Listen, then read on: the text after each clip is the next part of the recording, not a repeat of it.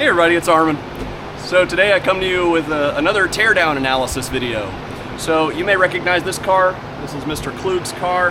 He came to us with a whole bunch of weird problems, and this is the car that had the low dyno numbers for the mild built motor it has. It has higher compression pistons and it has big cams in a 2.5 liter motor. And we made like 2 liter numbers on the dyno. And so we went through and we found that he had the crank pulley. He had an off-brand crank pulley that another shop is notorious for using, and it was actually off by several degrees, as well it was installed off several degrees. So additively it was very retarded on the timing, the ignition timing. So I retimed it and it made better power, it drove much better, but unfortunately it had some other issues still looming. So he got it back, he took it to several track events, he was pretty happy about the performance, and then one day it just started to knock. So now that it's knocking, he's back to us and we're just gonna put in a vanilla 2.5 with the cams he already has. And we're also actually gonna be doing a 5-speed conversion for him because he decided that's what he'd like to do. I'm not gonna be doing a whole vlog on this thing. We're just gonna do a teardown analysis and then of course my usual building of the 2.5 liter on the assembly side, and we'll put it back together. So come along with us. Nothing really of note here. The usual Dynatronics, ram a 3/8 into here, ram a 1/4 NPT plug into here. That effectively gets rid of your EGR. But the RTV job on here is nuts. Check that out. This looks like it was done after the fact. All right, we made our way over to the engine disassembly, reassembly area. Seth has already started with the tearing down of the new motor that we're gonna be putting in. He's just getting it undressed so we can smoothly move from disassembling this to assembling the new one and getting it in. So, just as a reminder, this is supposed to be a budget high compression motor. It should have Chevy Ecotec pistons, should have some aftermarket rods, I believe. And I believe we had already verified it has those with scope down the spark plug holes last time it came in. And then the last time it was here, I did the timing job on this, so all the timing stuff should be dead on. But we're here to see why it is knocking. So we'll be doing a little more than your usual teardown here. We will be pulling off the rod caps at the very least to see what's going on. So I'm only gonna pause when I need to. We're just gonna go ahead and start tearing things apart.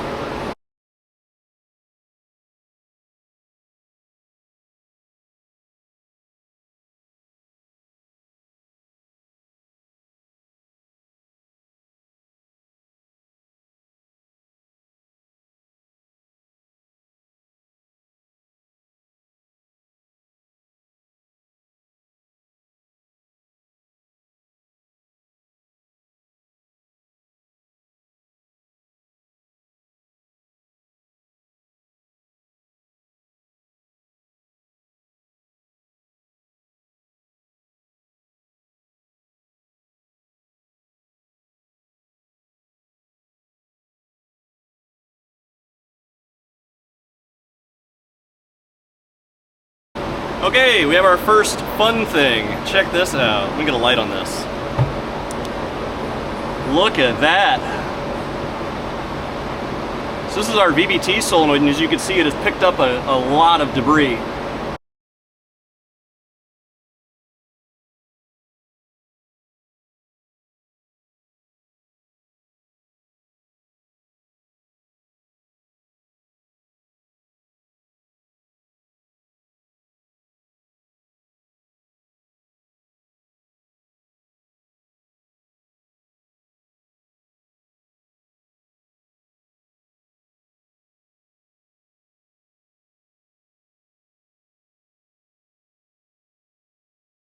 So we will be recovering the valve springs off of this head. It looks like they are likely the Esslinger racing spring sets. So I'm just gonna pull the head off and do them there.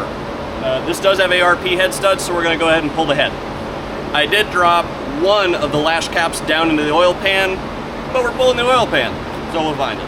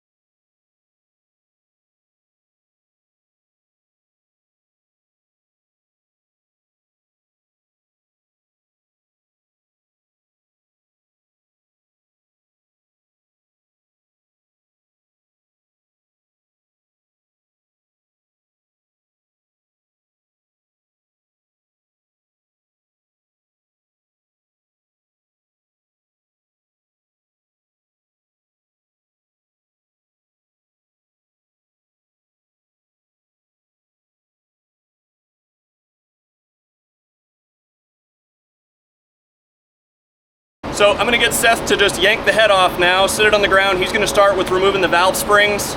I doubt we're gonna see anything on the head that's a problem. I mean, usually when the thing just starts knocking, it's not really to do with the head. We'll at least take a look at the valves, but usually it's nothing noteworthy. We will take a look at the top of the pistons though. So if you've seen my previous teardowns, well, one of my previous teardowns, the customer had paid for a Cometic head gasket. I don't know if this guy paid for a Cometic head gasket, but seriously, who the hell is Apex? Because I could only find them on eBay. So, eBay head gasket build?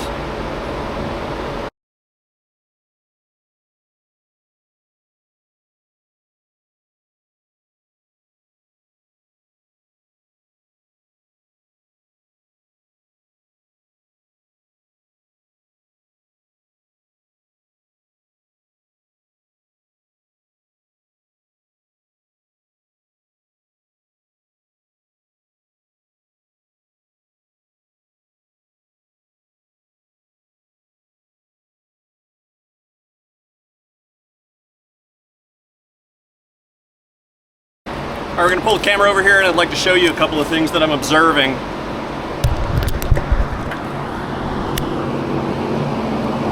So what I noticed right off the bat here is under the head gasket I see all these striations like these.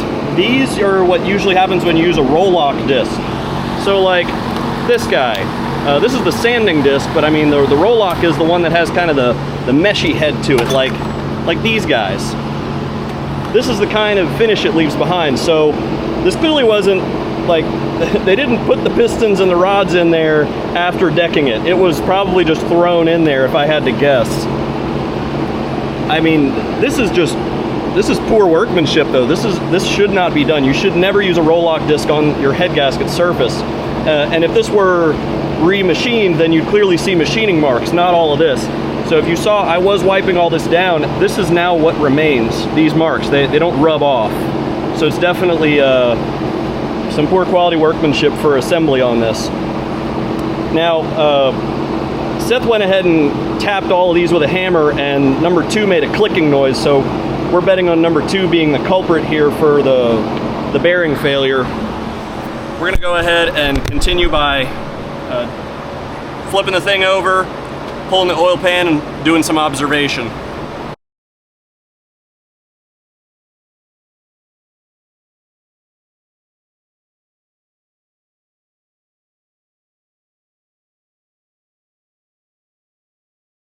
Not a single one of these oil pan bolts was cleaned before they were stuck back in, so we have blue and black RTV on here. Nice.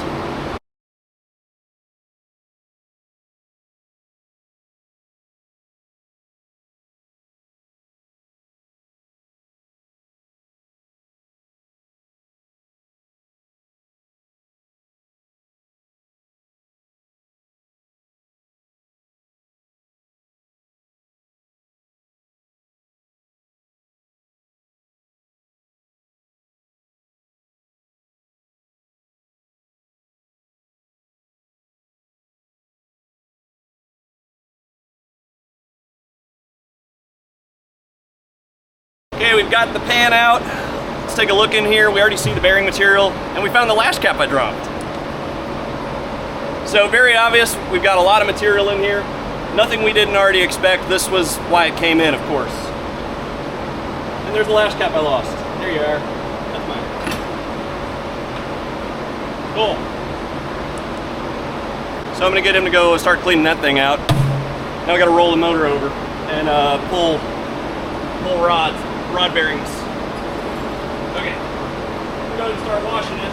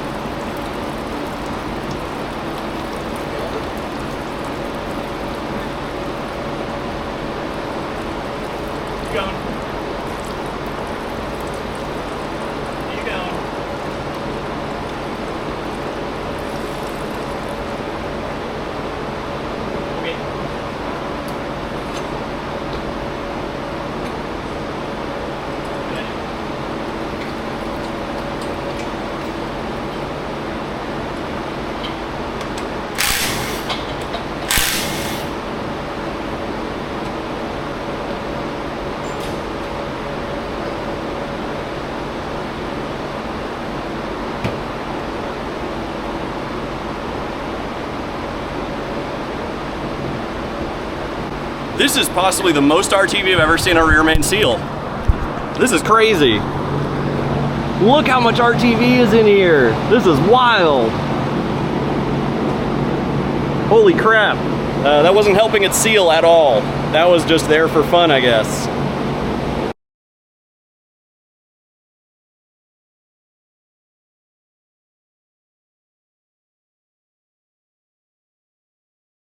So I think I noticed on the last motor that I did a teardown audit on, there was something very curious to me.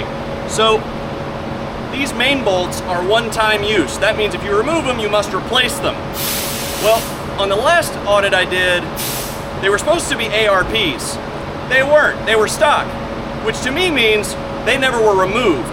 So I'm led to believe that what is going on here is that they're pulling the pistons and rods, leaving the crank in, maybe doing a hone.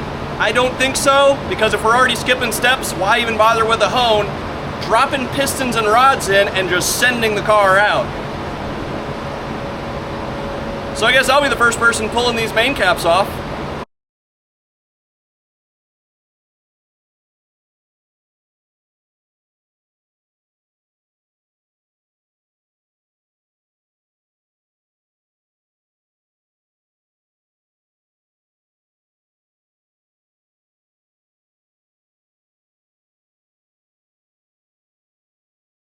So we have damage to main bearings.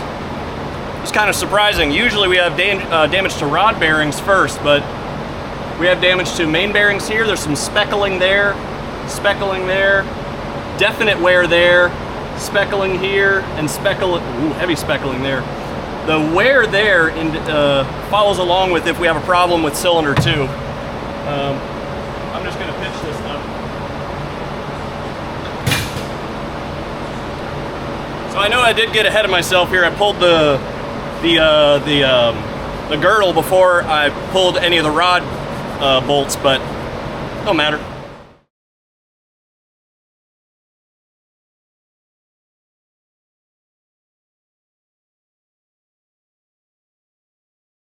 Okay, rod bearing number 1. Not looking the greatest, but I doubt this is the worst one, because this one has the striations indicating that it had picked up some material. It's got a couple of little spots in there. Crankshaft actually looks like a light polish would take care of it. But we're going to move on to get cylinder 4 out.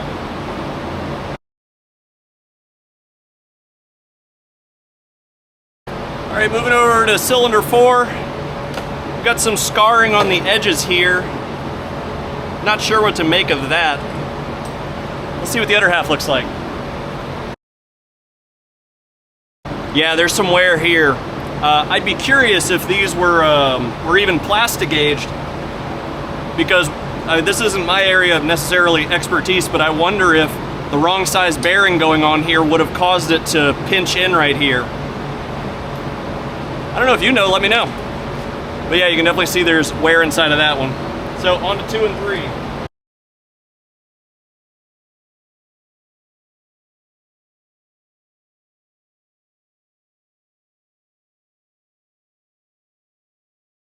It was definitely cylinder 2. The bearing is thinned out. You can see it's pressed over the edges, and there's a lot of heat in the end cap.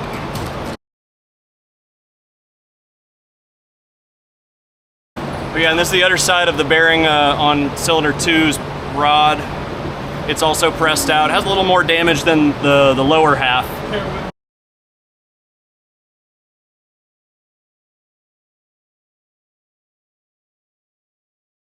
So 3 looks about like 1 and 4 did. There's some scoring on it, but nothing compared to 2, obviously. This one also has some of that marking on the edges as well. Also a detail, last I had heard these were supposed to be Ecotech pistons. They are not. They're Ford pistons. I'm not sure which Ford pistons, but they are definitely not the originals. All right, there's significantly more wear on this end of the rod cap. On the end of the rod, you can definitely see there's some wear through in the center. So they are Molnar rods and Fomico pistons. I don't see a part number on here.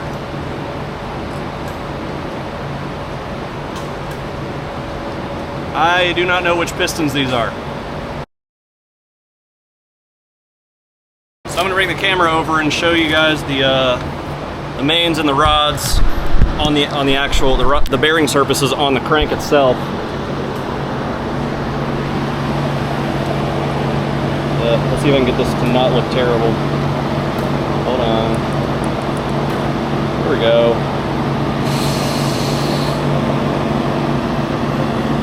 So there's rod number 1.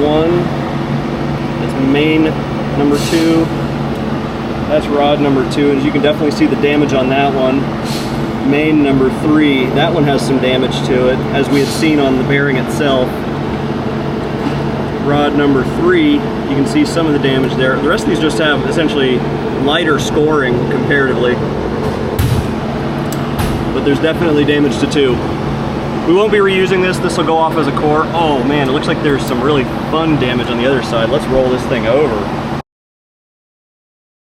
So that's the bearing itself rubbing off onto the crank. Gracious. I didn't see that on any of the other ones. It's clearly that the failure was on number 2. So I guess at this point, if I had to guess what the failure was, it was probably sloppy assembly, because as all the evidence points to, it would seem like this was just a throw it together and get it out type assembly. This clearly wasn't machine shop work or anything like that. So now we're going to proceed with our normally scheduled program of assembling the new motor, and we'll send this off as a core. Thanks for watching this far. Alright, so there is a little bit of content from the head teardown. I didn't look at the valves, but Seth is over here pulling the valve springs. Check out the built-up crust on these things. This thing's been was consuming so much oil before it got to us. Look at that. That's crazy. Like, he must have bumped up a half a point of compression with all this buildup. Look at that. That is wild. That's so much buildup. Alright, so we got the new motor up here on the stand. Seth's taking care of disassembling stuff on it already, just stuff off the exterior. We've already put the other motor on the ground there. That's going to go as a core, and we're going to order a actual EGR sleeve for these. I prefer to use a plate than to drill and tap the head. Some people might be okay with that. I'm not. Alright, so first thing we need to do is get the pan off so we can put it on the old motor and get that thing back to LKQ to get our core credit back.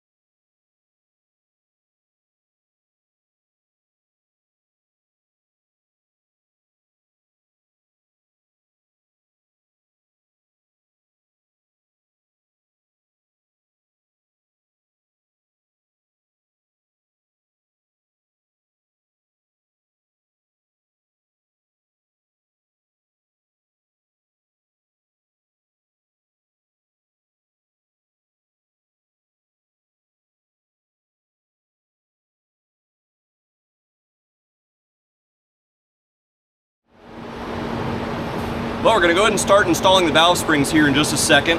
I've taken the opportunity to go ahead and clean up my work environment. I bagged up the ARP studs so we can give those back to the customer. I got all the pistons and rods sitting over to the side.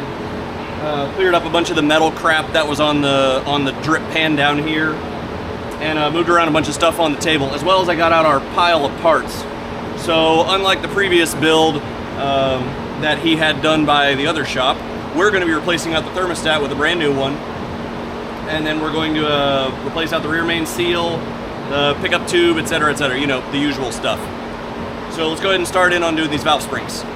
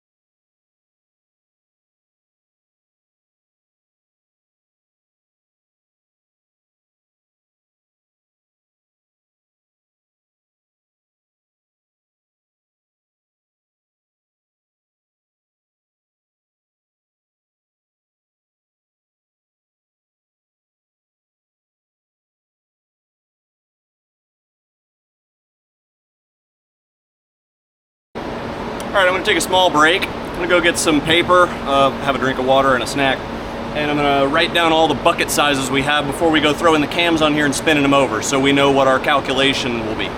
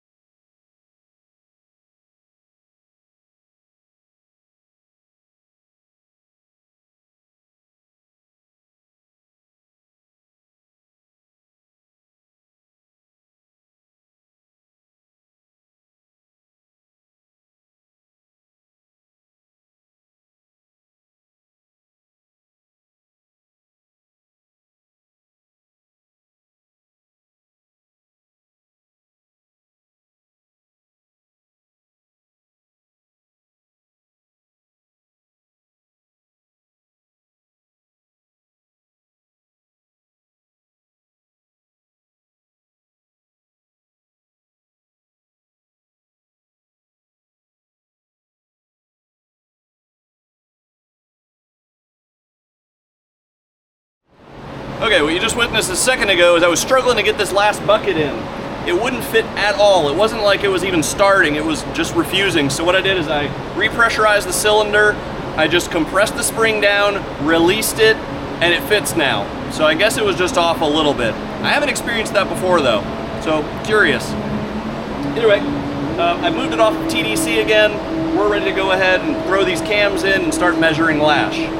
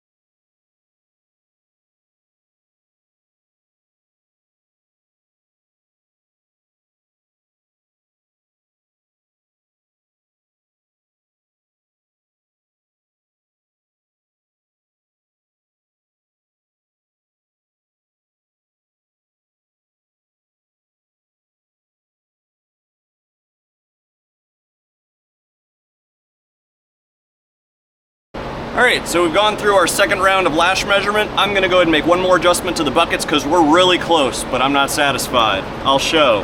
So these are the numbers from the first round. As you see, we got all the way down from 16 to 19 on the exhaust side, and we had from 10 to 15 on the intake side. Now, almost all 8s in the intake. We have 2 9s. I'm not gonna mess with those, but on the exhaust side, we have only 2 10s and the rest are 12s and 11s, so I'm gonna fix that. So I'm gonna go and do a recalculation, probably have lunch, and then we'll reassemble with different buckets.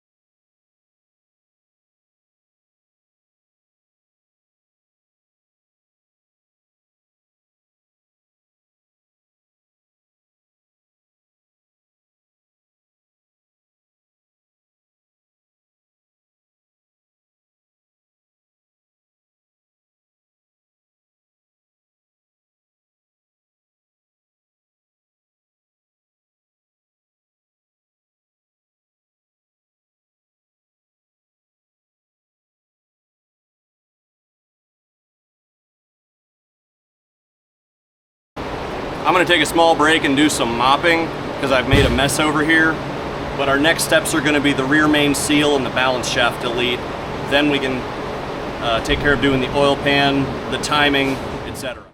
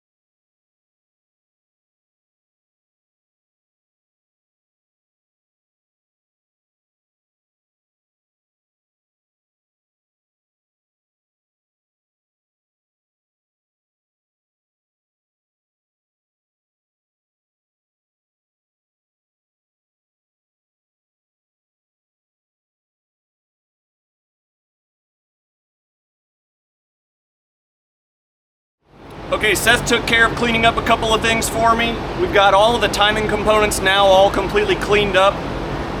Let's see. I cleaned up, hold on. I'm changing out the valve cover gasket on warranty. We replaced it last time the car was in here. So I'm gonna go ahead and make sure we have a new one on here. Warranty, you know, not a big deal. I also changed out the BBT gasket. The install was sloppy last time. I don't know if I'm the one who did that, I hope not. But I replaced that one out, so I'm gonna warranty that one too. Again, I think we did that last time. Next, we cleaned up the front cover. That's over here, it's nice and clean, and we're ready to reassemble everything. So let's time this thing.